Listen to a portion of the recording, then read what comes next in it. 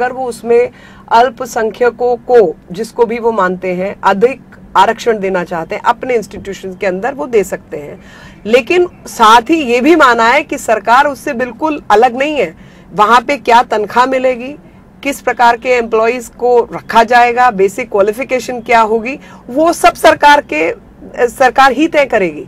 तो उसमें मैं एक और चीज आपके माध्यम से कहना चाहती हूँ कि मान लीजिए अलीगढ़ मुस्लिम यूनिवर्सिटी है, तो अलीगढ़ मुस्लिम यूनिवर्सिटी को माइनॉरिटी इंस्टीट्यूशन माना गया, जबकि उसका जो सब पैसा है, सब कुछ है, वो सेंट्रल गवर्नमेंट से जाता है। जहां पर सरकार पैसा खर्च रही है तो वो माइनॉरिटी क्या रहा, वो तो फिर सरकारी इंस्टीट्यूशन हो गया।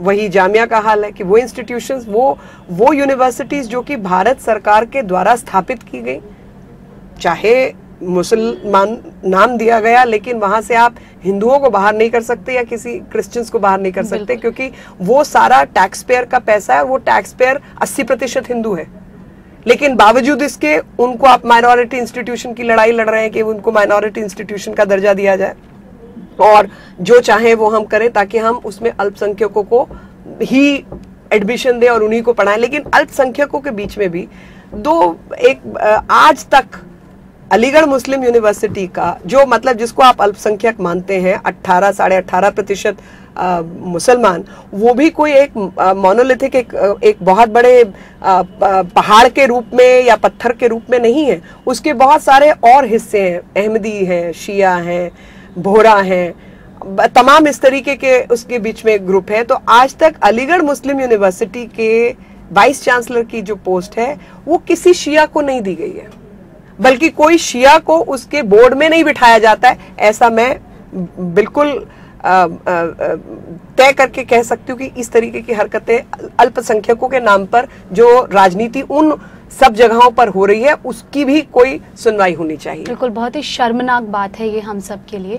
अक्सर क्या काफी लंबे समय से कहा जाता है कि हिंदू मुसलमान के जो बीच की जो एक खटास जो हम लोगों के बीच में है उसे दूर करने की कोशिश की जाए। हर पार्टी यही कहती है।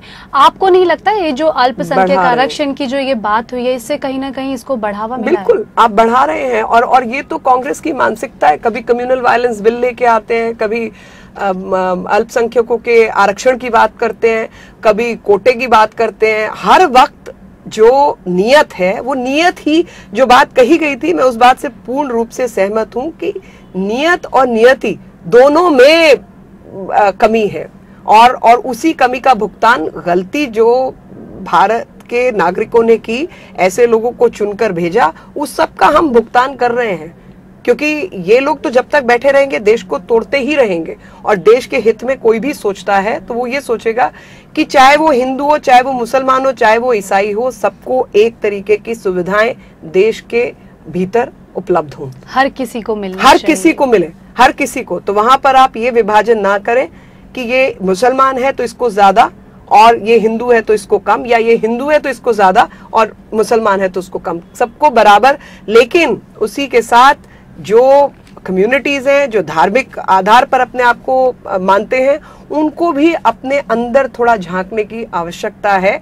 क्योंकि जहां पर वर्कर्स पार्टिसिपेशन रेट और इस तरीके के तमाम फर्जी डेटास को दिखाया जाता है, तो वहां कहीं ना कहीं उस डेटा को अगर आप विभाजित करें तो और वो आर्ग्यूमेंट दिया जाता है सच्चर कमेटी की रिपोर्ट के तहत, तो उसमें कहते हैं जी 32% है मुसलमानों के बीच में वर्कर पार्टिसिपेशन रेट, जबकि हिंदुओं के बीच में 38% है। लेकिन जब आप इसको आदमी और औरतों में विभाजित करते हैं तो आप देखते हैं कि 14% से कम महिलाओं का पार्टिसिपेशन रेट है।